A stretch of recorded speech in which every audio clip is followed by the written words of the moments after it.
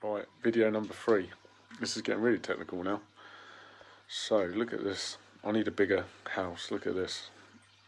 Tripod, camera, 3 light stands now. Look, it's like Sketty Junction. So, we're still with the Daffodil. I've tried. I've got the macro lens on now, Sigma 105. I actually tried some stacked shots. Really close up to the Daffodil, so they should be interesting.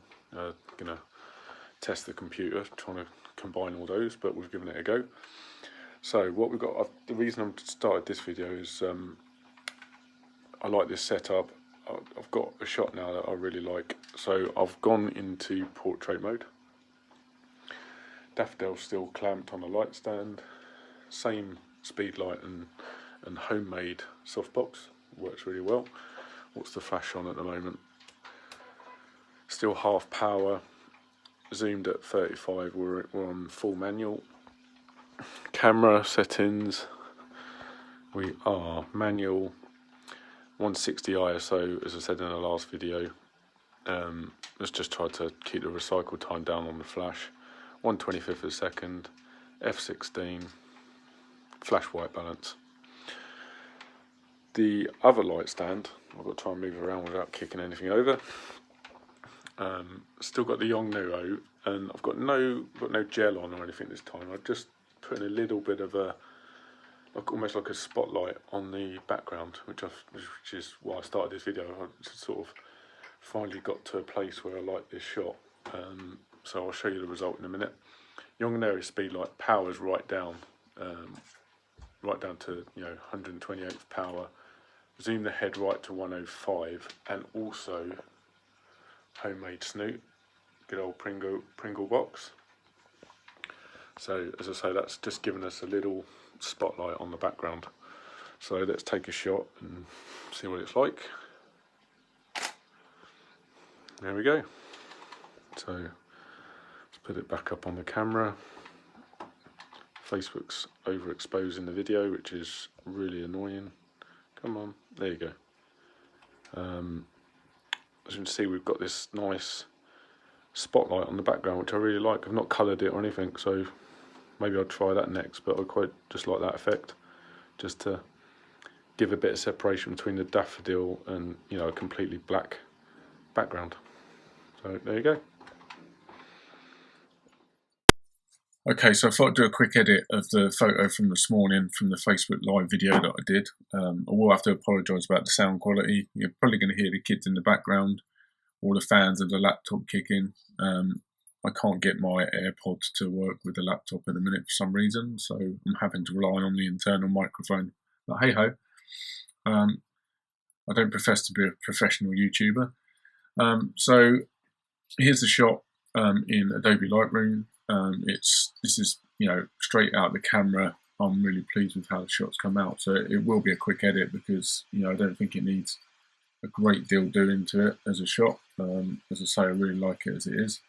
But I'll run through what I'm going to do with this shot. So the first thing I always do is apply the optics, which are already applied, enable lens corrections and remove chromatic aberration, which is already done. Typically I then move up to the light panel and I'm going to check the exposure. So holding Alt, I will just push the whites until I start to see some whites in the image. So about there. Might just pull it back a little bit because I'm losing a little bit of detail on the petals there. So I'm just going to put it back a little bit and maybe pull some of the highlights down. Do the same with the blacks. I don't want too much because I don't want it to be a really contrasty image. There you go. Let's just do a bit of before and after, so it's very subtle. I do like a little bit of clarity. I do tend to add a little bit of clarity to my images. That sort of mid-range contrast. Again, I don't want to do too much because, as I say, I am pleased with how the image has come out as a whole. Before and after, so pleased with that.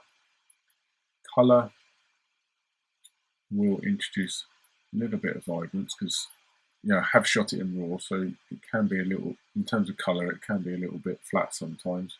Again, very subtle edit. But there you go, before and after. So yeah, pleased with that so far. I might just back that saturation off. Actually, I quite like the muted colours. Next, I'll do a bit of a crop. I like the long shape, but it feels, for me, it's a little bit too long. So I'm going to go for something like a 5/7. And just crop it in a little bit. A bit of breathing space up the top. Bit of breathing space either side. Like that. And then the last thing to do really is just a bit of sharpening. So where's the detail panel gone? There he is. So whenever I sharpen, I always go in sort of 100% as I can into the image. The computer's a bit slow, so it's trying to record at the same time. But so this was, my focus point was around here, around the stamen and the petals, which it's come out really sharp. I think it was about f16 this shot. So I'm going to sharpen it, and I tend to just sharpen by eye more than anything. Up the radius a little bit, and then I'll introduce some masking,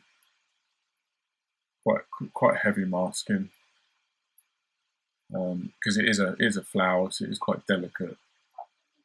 But obviously, I want areas like the stamen and the edge of the petals to be sharp. So that's it. Go back to full view,